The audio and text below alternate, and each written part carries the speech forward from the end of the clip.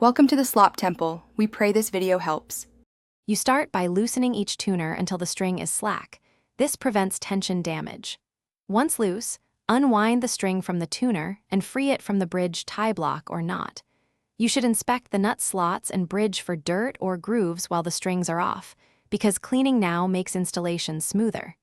Make sure to keep removed strings away from the sound hole and wipe the fretboard. This small step saves tuning trouble later and explains why we remove strings first.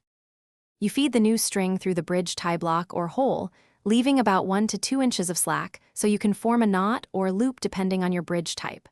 Once anchored, thread the other end into the tuner post and wind it with tidy wraps. Fewer wraps for thicker strings, more for thinner, to lock the string. After rough tightening, stretch the string gently along its length and bring it near pitch. This reduces post-stretch tuning drift and explains why controlled winding matters.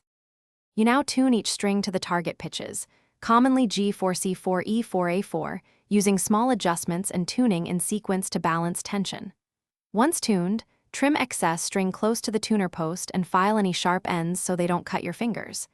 If a string keeps slipping, make sure you have enough wraps and a secure knot at the bridge. If the tuner feels loose, tighten its screw or replace it.